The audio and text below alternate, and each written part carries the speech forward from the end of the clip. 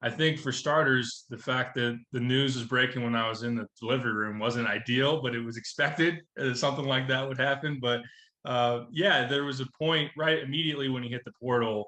The fact that Illinois had recruited him very hard, the fact that he's from Chicago and his mom's still back there, and then for them having a need for getting bigger, more athletic on the wing, it made a lot of sense. And there was immediate buzz for Illinois at that stage of things. But as it kind of progressed, you started to hear Michigan buzz, as you were saying, and there was some pumping of the brakes kind of around the Atlantic camp about, well, he makes a lot of sense for us, but I don't know that that's ultimately going to work out. And based on what Hunter Dickinson has shared with the world, it sounded like to confirm that Michigan was probably his preference and where he was ultimately going to go. And when that didn't work out, then Illinois was able to stay in position to land him at that point and work things out on the academic side. And then still the fit was there and all the things that made sense for him. So we talked about on the wing and just the big guards, the big athletic wings that gave Illinois problems last year. I think that Shannon's a two-way guy, a guy that plays great in transition. He's as explosive as anybody that was out there in the portal. So adding that athleticism, adding the fact that he can play above the rim, and then be someone that at the defensive end at 6'6" and a wingspan that's impressive and just kind of that mobility. He can check some guys, whether it be at the two, whether it be on the wing. I mean, he was part of some really impressive defensive units at Texas Tech. So that was a very good addition and one that put him with RJ as your guys kind of 2-3 or on the wing. It's pretty good pair right there. That's a huge upgrade in terms of size, strength, athleticism. You pair that with Coleman Hawkins, Dane Danger, and you hope, obviously Ty Rodgers with Goody, and then you hope another front court piece.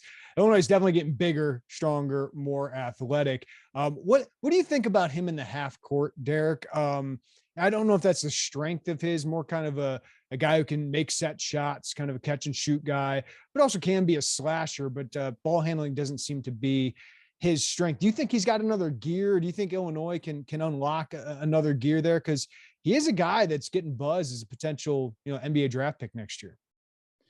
Yeah, I think that one thing was very encouraging was just his catch and shoot numbers went really, really took a big step last year, going up into like the top 80, top 90% tile as far as catch and shoot 3-point guy. So off the ball, I think that he can make be productive in the half court in that kind of a sense. And also as a slasher, if things break down and he's got a lane from the corner or from the wing, he's going to be able to go to the basket. And he had some back issues last year. And you look at kind of his rebounding rate and also his free throw rate, because he had been a guy in his previous seasons that got to the free throw line at a pretty high frequency. So I think that that's something that in the half court, if he can get a driving lane to at least go and absorb some contact and get to the free throw line. And he's been an 80+% free throw shooter, at least here recently. So I think that that's something that he could add to the half court. But yeah, he hasn't been someone that you really run your offense through. Like you put him in a ball screen. I know that he's been in some of those situations. His efficiency has not been very high though, and his mid-range jump shot